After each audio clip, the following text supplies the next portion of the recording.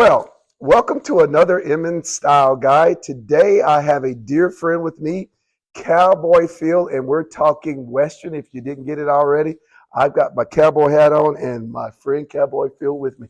Welcome. Howdy. Right on. Cowboy Phil, tell us a little bit about yourself, man. Well, where do I start? I heard that. That's exactly what I was thinking. I'm going to start right here, right now, All right. in Knoxville, Tennessee, All right. at Marcus's fine menswear here, a shop, and we have a shop next door called Pioneer House. Julie Belcher and myself, and I'm slinging vintage Western wear over there, and it's a good match here with Marcus with the menswear, and I carry mostly men's vintage Western wear next door. So, so that's where I am here today. About 72 years ago, I started my interest in Western wear by my first Western suit. I got it when I was 4 years old at Christmas, and I have not fallen too far from that branch of the family tree since then. So that's so you got me on that one. I was curious of at what age did you start dressing like a cowboy? Yeah, well, Marty Stewart asked me the other day, he was here, and he said, Bill, when did you know? And I had to tell him, well, I was 4 years old. That's when I knew. I heard that. I was 4 years old, and that's when I knew that, that cowboy suit I got that's my direction. That was where I was going. And that's interesting. When I remember being in the second or third grade, and my grandmother, Joe Henderson, bought me a pair of cowboy boots. And actually, it was Green Elementary, which is Green Magnet now. And it's a black school, and I showed up in a pair of cowboy boots, and they were like, "What the hell is going on here?" Right? But I remember very few times feeling so proud wearing those cowboy boots, and so that's cool, man, that you've known that for so long. So let's talk about this, the evolving of you from 4 years old and then from business and the whole deal, and then obviously there's a ton of stuff that I've got from Manuel and meeting him, and yes. You've got so many contacts. As a matter of fact, you helped me through a situation where I've got a guy getting ready for the CMAs, and you turned me on to Antonio in Los Angeles, and so. But let's talk about that, man. Through what was the perception and professional and just daily? How did people look at you? Well, because I've had such a crazy career path, I've been able to pretty much navigate all that with during my time and space when I was brought up in the late 40s, early 50s. The Western craze was huge in America. Right on. The wave was tall with all the silent screen stars and movie stars, from Tom Mix to Hopalong Cassidy, Murray Rogers,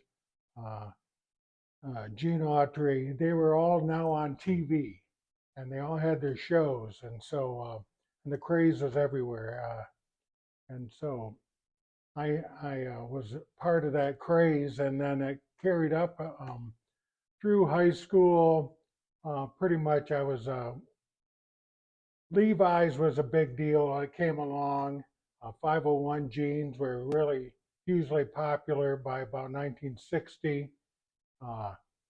And so I went through the jean phase. Of course, they wouldn't let us wear jeans to school, so that was something that, you couldn't wear those. That, right? You had to wear khaki dungarees or something like that. But finally, by the time I graduated in 65, 66, we could wear blue jeans, and the whole hippie thing was going on, the counterculture, folk music, and that was also bringing back a lot of the early 50s Western craze that was going on with popular music on the West Coast with the Byrds and Flying Burrito Brothers from the 60s into the 70s. And by the 70s hit, the Western, the new Western craze was really on fire again. Right on. Like denim enthused, right? Right. Well, that's when Nudie, uh, Nudie Cohen, who Manuel, whose jacket I'm wearing today, Manuel worked for Nudie and married Nudie's daughter, and Barbara, in 1965, Wow. 66. And so they started making rhinestone clothes for um, Porter Wagner, Right Lefty on. Musicians. Right Frizzell, and on. Yep. musicians. Yep. And that was really caught fire again. And then the West Coast guys kind of did their own interpretation of that. 10-4. Yep. So then the famous Flying Burrito Brothers nudie suits hit the popular culture and was a huge craze. So rhinestones were back. Rhinestones were cool again. It kind of went out of favor about 1961, 62 when the Beatles came to Came around. America Yes. Yep. Yep. and kind of changed. It was going real good for Americana, and then the English invasion came and kind of changed everything until we had the West Coast. That Cowboy saved us and brought back the culture. Right on. Right on. So, and kind of spanning that, like it's amazing how fashion kind of just does a cycle, right? Oh, yeah. And so now it's interesting. You helped us do our Show Your Love fashion show last year, Right. and it's crazy how now Western is back like with a force, right? It's Like it's huge crazy, again, right? huge It is. again. Right on.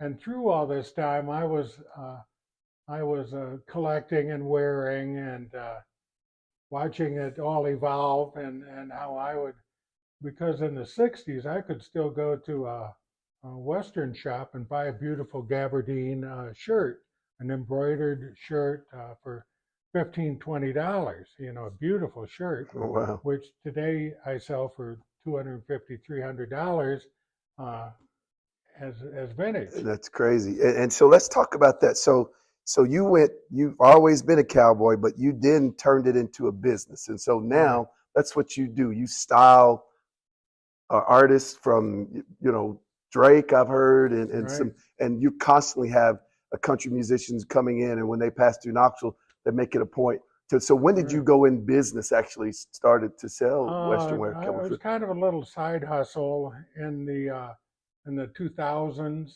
And then when I met Julie Belcher, she had a shop downtown on Gay Street. So she gave me a little space there where I could take some of my passion and collection and hang it out and Very cool. start selling it to the public. So that was about 2012. About 12 years now. Wow. I've been cool. in the business of styling and being a destination for folks that want to get some really nice Western wear. Some cool gear. Fancy stuff. Yes. So let's talk. I can't imagine because every time I see you, you're decked out. So just guesstimate. What do you have invested in clothing, man? Oh man, I hate to think. Well, I put it this way: I don't belong to country clubs, or I don't drive a Cadillac. But and I've eaten lots of beans in my days to get a jacket like this. I heard that. Right on. But this jacket today, Manuel would probably charge $7,000 or $8,000 to make this and make this for a country western star to be in the CMA Awards or something like that. So I would have to say hundreds of thousands of dollars. Right on. Right on. Boots and hats and wardrobe and everything else. And it's quite an extensive collection. So yeah, you do. You have, I must say, I mean, here at the shop, and then I'm sure you've got, I can't even imagine what your closet looks like. So tell me your favorite experience or your best experience with someone you're styling. Well, let's see. Favorite experience. There's so many of them.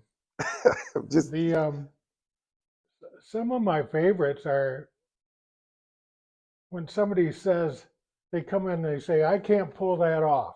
I can't pull that off. I can't, wear a fancy shirt like that, or I can't wear a pair of fancy boots like that, or I just don't know about wearing a bolo like this, you know, and Right on. things like that. And it's such a challenge to get in Yep. with somebody's mind like that and say, in fact, you know, you totally can pull it off. Including me. Yeah. Yes, I've been that way with you You before. know, Yeah. nobody says you can't do it except yourself right now. And Amen. it's like Manuel always says, what's your best piece he ever made? And he always says, what's the next one? I heard that. Right, the one that I'm going to create. Right on. So the moments of uh, of being with somebody that's just kind of figuring it out in their head of who they are And and making them where I'm smile and going to go go. like, Yeah, yeah, right on. because you know I think back of myself and being a insecure kid with a brush cut and overweight and a speech impediment and you know all Right these on. flat feet and all these things that you know that cowboy shirt got me through a I lot. heard that. You know, so Right on. you know it's a little piece of confidence, but button snap shirt or a smile pocket shirt or a button shirt like this, man, that's as Americana as you can get. And that's one of the things I respect you for is you don't just wear it. You've got so much history and knowledge about where it came from and that whole deal. And that's really rare. I mean, Yeah. people don't generally, you know, fall in and educate themselves about fashion and the culture, but you definitely have that Well, going that's on. you know that's the history of it is so interesting to me, and it's still an unknown story. Now, one of the things I did bring here is a book called Avant, and this was put together by it's called an anthology of Western wear, and is Yeah. put together by a author, a fashion writer in Paris, and he saw a lot of what I do on Instagram and contacted me and said, "Oh man, can Oh you wow. help me Right on. put this book together?" And you know, we want to talk to people, and we want to. Uh, That's cool. I hadn't seen this. oh yeah, Very cool, man. so this is really good. And his brother, uh, Mark, is a Western painter of the highest degree, and he Very has cool. just held a big show in the RRL flagship store in Soho, and so he's combined. You know, his brother Yeah. has moved here to Scottsdale, Arizona, and Taos, New Mexico, and then Eric, who's done this book, is really a good resource. And there are, and this is the best book that's come out in probably last 15, 20 years on Western wear and style. Before that, there's been a rush of books in the 90s that came out that inspired a lot of people to start hunting for Western wear, opening vintage shops, Oh, collecting boots and hats and selling them on the market and that sort of thing. But a lot of Western wares started with makers. There's three major makers: Rodeo Ben in Philadelphia, who started it all, and excuse me, made clothes for stars at the Madison Square Garden rodeos from the 20s, 30s, and 40s and 50s, and outfitted all the stars, who would then wear them out west and perform in the movies. Well, after that, um, in the 30s and 40s, there was a guy named Nathan Turk, who was a couture in Hollywood that made Western wear. And then a fellow named Nudie Cohen that made the scene in 1948 in Hollywood. and that's who Manuel's. Yeah, right on. And Manuel Very cool. worked with him. Manuel came up from Mexico and got a job working for him. And he said one time Frank Sinatra gave him $1,000 tip. Wow. And John Wayne called him my little Mexican friend. And he made John Wayne's dungarees. He said that he would distress them. He would make a pair of blue jeans, dungarees he called them, and he'd go down to the Santa Monica Pier and tie a rope on it and tie it to a bottom of the pier and let them wash in the surf for a week. Wow. Apparently, in those days, nobody messed with Mess with something. stuff like that. Right on. Yeah. But that's how he That's very cool. would distress John Wayne's dungarees. That's really cool, man. But so yeah, so the history of it is fascinating to see it evolve, to see the styles and where they came from, and take off. So it's fun. I enjoy just that perspective. And then collecting. I in the shop. Anybody would like to come see. We have examples of Rodeo Ben's garments, garments that have been worn by famous personalities. And we have pieces by Nudie Cohen and Nathan Turk, and then of course Manuel Cuevas, Right on. who is, and then Jaime Cassandra, who is in L.A. But Manuel, 91 years old, is probably the Western couture of most renown today in America and maybe in the world, probably in the world. Yeah. And I've had the blessing of meeting Manuel and being at his yes, shop a few times, and it's amazing just being there for a few hours. The people that stop through, and what's it, John Hall, and yeah, yeah, you got it. So yeah, it's really cool. He's got I've met some really cool people there. So you do that's paying homage to him, and it's amazing that he's still doing this after so long, right? I know it. Yeah, It's great. It's amazing. So favorite bootmaker? Well, my favorite bootmaker is Navina Christie, who runs a shop in El Paso called Rocket Buster. Okay. Now, these boots I'm wearing, these gator boots with the kind of the um, Roy Rogers type throat on it here, the eagle, was made by Scott Emmerich, Okay. Trace Outlaws boots. Okay. I have no idea of what. And he's up in Cody, Wyoming. Okay. Right on. And then he has a factory in El Paso as well. Okay. So El Paso is the hub for is if the you want hub to for get boots made. bootmakers, Right on. Texas, and of course Leon, Mexico, where millions of boots are made. But so yeah, my favorite, and I get one pair a year about from Navina. Oh wow. Very cool. All right. Yeah, so yeah, if anybody wants to really see a cool pair of boots, Google Rocket Buster boots. Rocket Buster boots. All right. Rocket. So favorite. Who makes your favorite hat? Well, let's see. This one's an old vintage Stetson. Okay. So Stetson is. I'm not sure what yours. Yeah, you gave me this hat. That's a Stetson. It's a Stetson, right? Oh, yeah, yeah, it is. Okay, right on. And that's like an open road, and that's So what style hat is this? It's called an open road. Okay, 10-4. Yeah. All right. And that's a beautiful hat. Yeah. And this is an old hat from the 30s, Stetson, and it's a Cadillac, but like bootmakers and other embroiderers, there's a whole new batch of as things have evolved. Hat makers, bootmakers, embroiderers, um, fashion designers, and suit makers. My friend Jerry Lee Atwood up in Indianapolis makes some of the finest suits and embroidered and rhinestone In Indianapolis? suits in Indianapolis, Okay. Indiana. Right on. He is one of the top suit makers in the world right now. Much to his chagrin, he is being copied and ripped off left and right Yeah. because his designs are so fabulous Right on. that people can't help themselves but try to copy it. And that jacket that you wore the other night, he designed and made that for the Tammy or the George and Tammy Showtime miniseries. Right on. And that's an example of his handiwork. And so, but yeah, so there's he's does it all. There's new bootmakers, there's new embroiderers that like now our friend Antonio, he's been chain stitching for 30 years or so. Wow. 35 years. So he's an artist for he's sure. a senior talent out there in the big world. So yeah, hats, boots, and all the things you need to be a cowboy. And you don't really have to, need to know how to ride a horse or throw a rope or anything like that. It's really a spirit.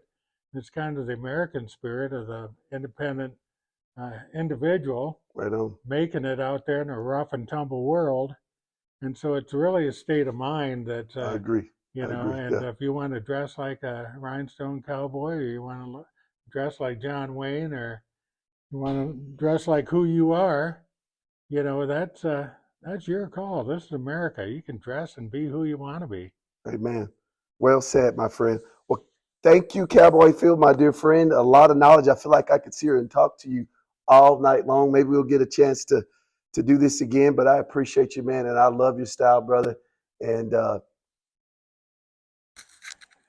yeehaw. That is it for this session of M and Style Guide. We'll see you next time. And hey, find the cowboy in you and have an amazing day.